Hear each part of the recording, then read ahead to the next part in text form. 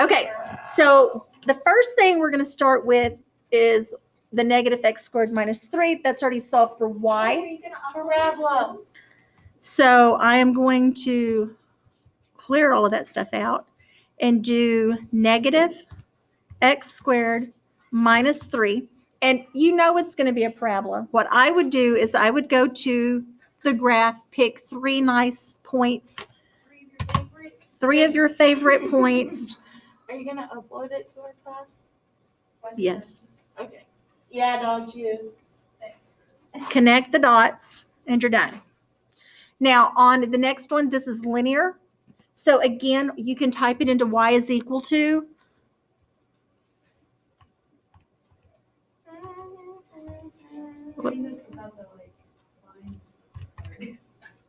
What do you mean with like? Oh yeah, I know. Like actual graph paper. I'm going to start at negative 3. I'm going to go down 1 over 1. You're going to have the option of having the calculator on the test. You just have to do whichever way makes it right and that you can get done during class time. Now, the thing that people missed when they did this on their assignments is, one, these are not line segments.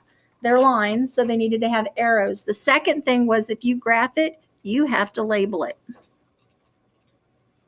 So don't graph more than Okay. you want to label. Correct. Don't graph more than you're going to label. Do you have to have at least 2, or just? If you're graphing a line, between any 2 points determines a unique line. If it's a curve that is not linear, you need at least 3.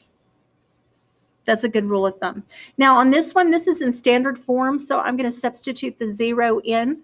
So y equals 5. And then plug a 0 in. So 5 divided by a negative 3. Well, I don't like that number, but it's okay. That's a little over a half. So I'm going to go to negative little over a half, but I'm not going to put the crazy decimal. I'm going to put the negative 5/3 comma 0. I'm going to put that fraction. And then connect them with your straight edge. Hold on. Put my arrows at the end. Question. Yes, Why can't you just add the 3x to the other side and have it y? you can. And I said you could do any way you wanted. This is y is equal to.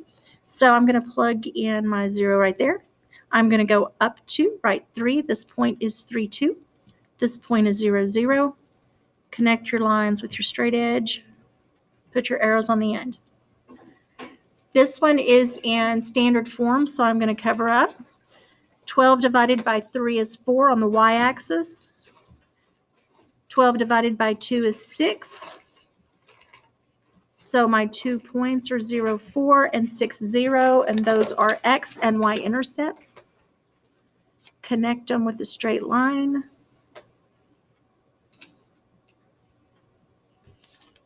Arrows on the end.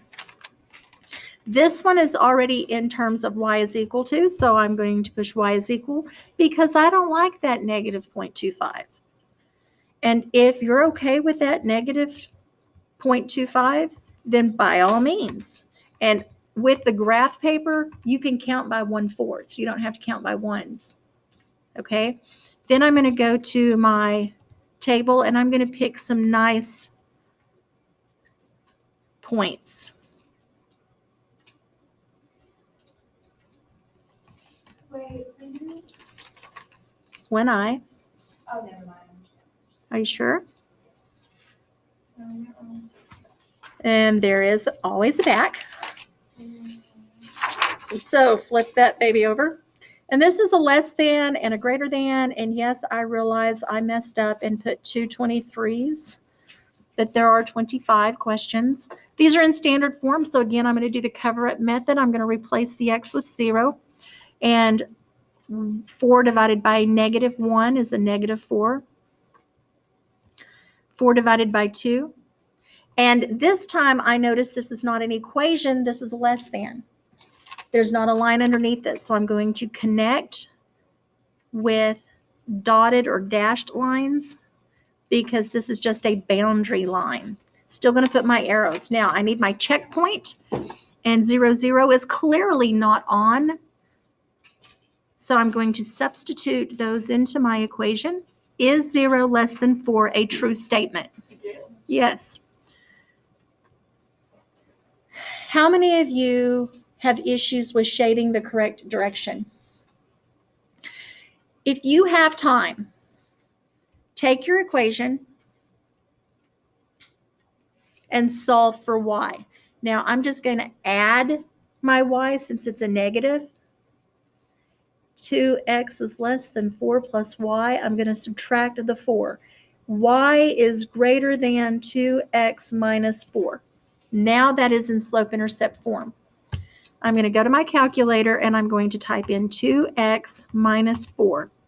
I'm going to arrow over past the y1 to this line. When you push enter the first time, it goes to a dark line. So if you are still using the non-colored Texas Instrument calculator, you can compare your two lines by having one that is solid and one that's normal, okay? If you push that again, there becomes a triangle. See that flashing triangle? The triangle on top means the y is greater than. Y is greater than that thing. When you push graph, it shades it for you.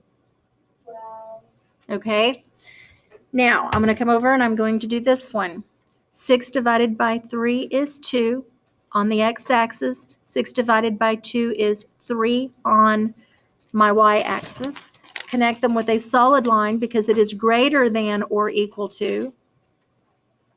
Draw my arrows on there. 0, 0 is my checkpoint. It's my go-to checkpoint. Is 0 greater than or equal to 6? No, that's false. So I need to shade on the other side of my line. I'm going to take my equation, 3x plus 2y is greater than or equal to 6, and I am going to solve for y for those of you who want to do this in the calculator. I'm going to divide everything by 2. So y is greater than or equal to a negative 3 halves x, and 6 divided by 2 is 3. I'm going to come over here. Y is equal to, I'm going to clear that out. And notice when I clear it out, it goes back to the default regular one. And I have that negative 3 divided by 2 x plus 3.